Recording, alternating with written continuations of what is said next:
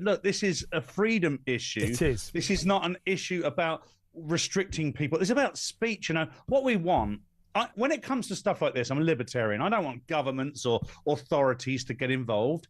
The only person who should get breathalyzed going onto a plane is, frankly, the pilot. The pilot, yeah, I'll go for that. Hello, Paul Cox here.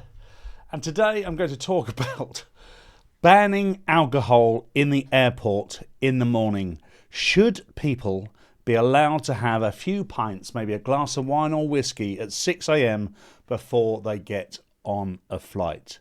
Well, John O'Leary, who's the chief of Ryanair, says absolutely not. It should now be banned. It's causing too much of a trouble. Whereas the chief of Wetherspoons is saying, actually, it's not that big an issue. We've never seen any complaints before.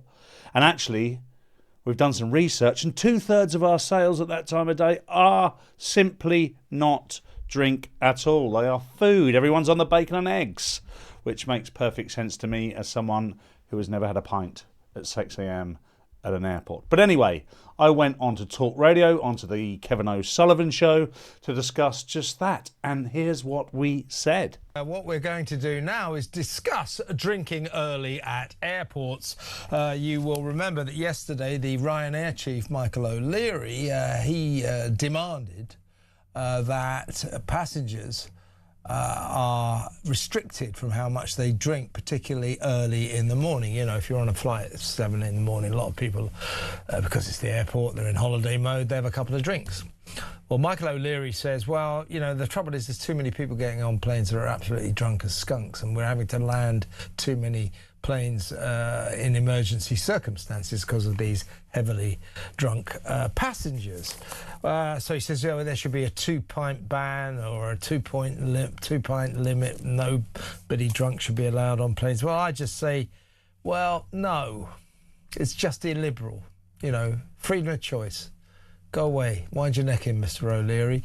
Tim Martin, the boss of Wetherspoons, the pub chain, has backed me today. He said, no, this is Big Brother restrictions, and it will lead to passengers being breathalyzed at airports before they're allowed onto aeroplanes. You don't want to see any of that. I'm not condoning drunkenness on planes or at airports, but I do not want more rules and regulations and laws, frankly, about anything, but certainly not about having a couple of pints in the airport terminal before you board a plane, even if it is 6 a.m. Let's talk to comedian Paul Cox. Hi, Paul. I'm right, aren't I?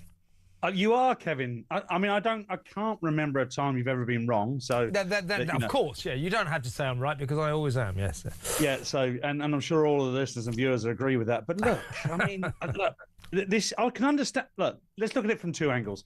From Ryanair's perspective, if they've got drunk passengers come on, I guess it's a very difficult issue to manage. But, you know, that's not everybody else's problem, is it? It's a minority. And to be fair, I'm not a great flyer, and if you're going to be shot through the air in a metal tube at 700 miles an hour, you might want a couple of drinks just to ease the nerves a little. I'm not a big drinker, actually. I'm not one to get... I don't think I've ever had a 6 a.m. pint at the airport to get on a plane, but I would never deny anybody else the right to do that. And actually, Wetherspoons, 2/3 of their sales in airports are actually on food rather than drink. So Wetherspoons aren't the problem. They're often pointed out as the problem, because that's where everybody heads, because that's where you get the most reasonable pint. So they go there, but what they often go there for is, you know, the older bacon and eggs at that time as of day. well. But I tell you, I mean, I've been on a couple of these stag do things, and you know, I really can't face a pint at 6 in the morning. The last one I went a few years back. I'm a bit past the stag do phase of my life now, but a few years back I went on one. I think it was Gatwick. Were we at Gatwick? It might have been Gatwick or Heathrow. Anyway, all these lads go, "Do you want a pint? Do you want a pint?" I thought, it's 6:15 in the morning. I don't want a pint. I have a glass of wine. I'm thinking, oh God, I can't fancy a glass. So it was like a volume thing. So in the end, I said, all right, I'll have a brandy. You know, so I'm standing there at 6 in the morning drinking brandy and thinking, what am I doing? But that isn't the point. This is an issue of freedom of choice. And you're right, Paul, to bring in this restriction on how much you can drink, this booze ban, would be to punish the vast majority for the irresponsibility of the tiny minority.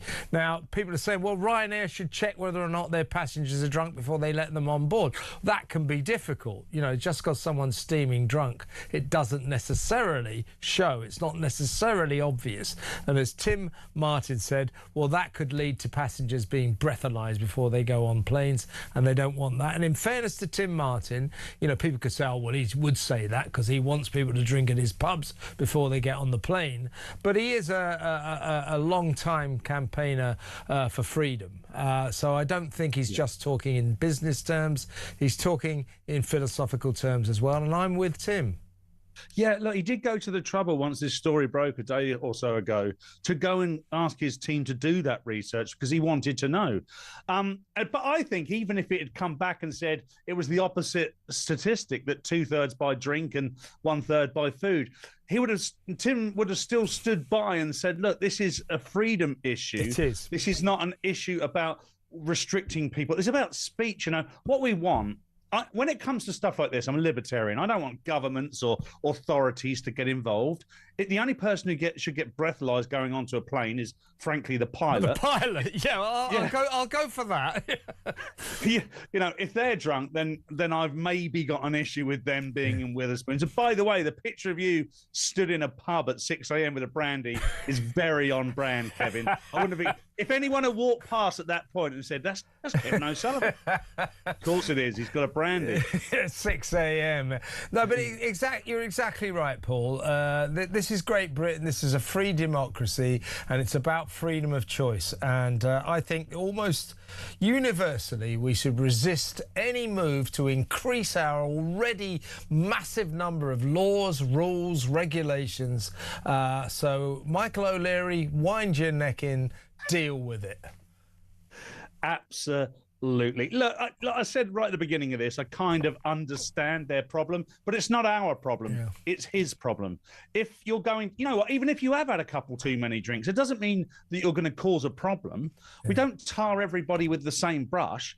You might have had 5 or 6 pints and have a nice little sleep for 4 hours. That's perfectly acceptable. You're not causing anybody any trouble as long as you can walk onto the plane. But even if you can't, if you've got 16 mates helping you get on and they tuck you in the corner, you know, it's all part of the story, isn't it? Yeah. I think there could be people watching this that are much like us, that are libertarian when it comes to this sort of stuff, that might have had experiences of like very bad drunken people on planes, and they could be thinking twice about this. But I would ask them just to think, should that mean that everybody can't have fun? I don't think so. Exactly. I couldn't agree with you more. It's like, I like the idea of saying to someone, God, I was absolutely appalled. There was a drunk on the plane. What's the big deal? One drunk? Well, yeah, it was the pilot. Anyway, Paul, good to talk to you, mate. We'll talk again soon. Paul Cox there, comedian. Well, there you go.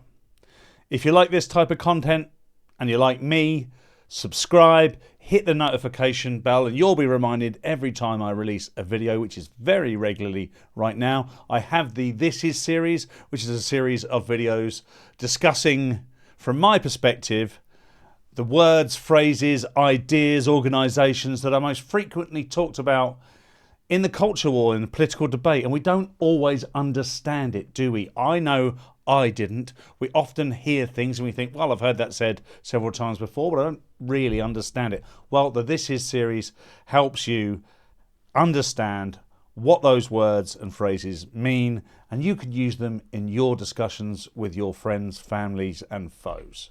So check that out. There's a playlist there. But above all else, see you again soon, and keep it real.